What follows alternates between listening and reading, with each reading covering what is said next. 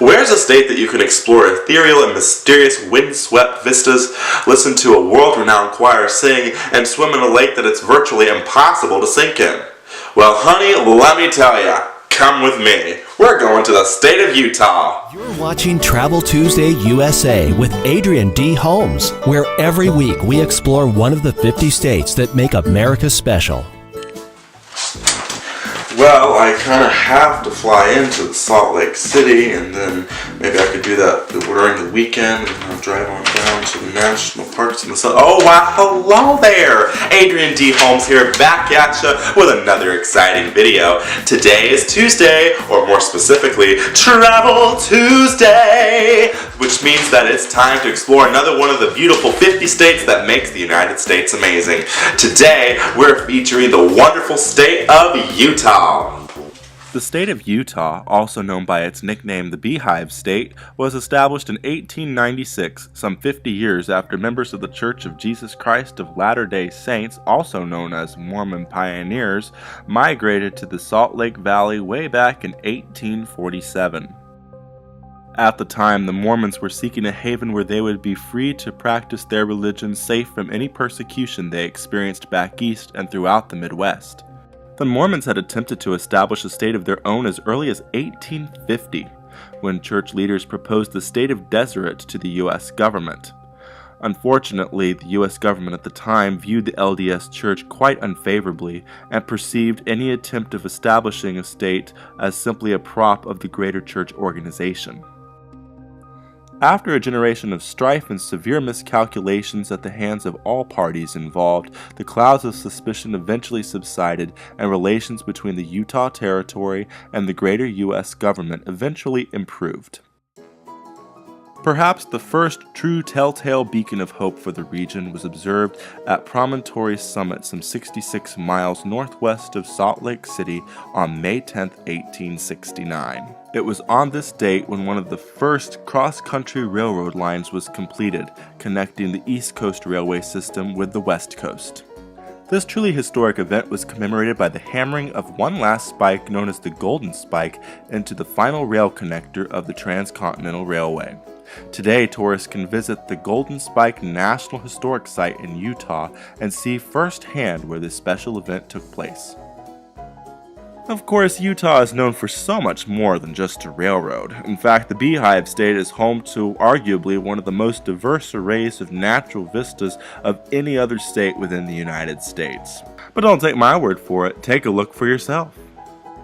For instance, southern Utah is known for a group of national parks that are collectively titled the Big Five: Arches National Park, Canyonlands National Park, Capitol Reef National Park, Bryce Canyon National Park, and Zion National Park. In the clip on your screen, you see a couple of hikers enjoying what makes Arches National Park a natural masterpiece to be seen. In this clip, you can enjoy the topographical diversity of Bryce Canyon National Park. Interestingly, however, Bryce Canyon National Park's main attraction is, despite its name and appearance, not actually a canyon. According to geologists, those pokey rock structures down at the bottom are called hoodoos that are formed by weathering and erosion, and they populate giant, natural amphitheaters, not canyons. And now that we've proven your life is a total lie, let's go over to Zion National Park and blow our minds some more. Beyond the fact that it has hundreds of species of birds, mammals, and reptiles, this park features 4 life zones: desert, riparian, woodland, and coniferous forests. Of course, if we had more time, I would gladly discuss with you the finer points of visiting Capitol Reef National Park and Canyonlands National Park, but unfortunately, due to the length of this video, we just don't have time to discuss that. But that gives us hope for another video in the future, right? Remember how we mentioned the Mormons earlier in the video? Well, the establishment of Salt Lake City is probably one of their crowning achievements within the state history of Utah. Salt Lake City features some of the best attractions within the state, and when combined with the cities of Ogden and Provo, it forms one of the largest urban areas within the Great Basin of the United States. Considering the city's heritage and history, it should come as no surprise then that one of the most popular destinations is Temple Square, home to the headquarters of the Latter-day Saints Church, as well as the world-famous Mormon Tabernacle Choir. Just a few miles north, however, is arguably Utah's most distinctively unique crowning jewel of all, the Great Salt Lake. The Great Salt Lake is a large saltwater lake, the largest in the Western Hemisphere, and the 8th largest terminal lake in the world.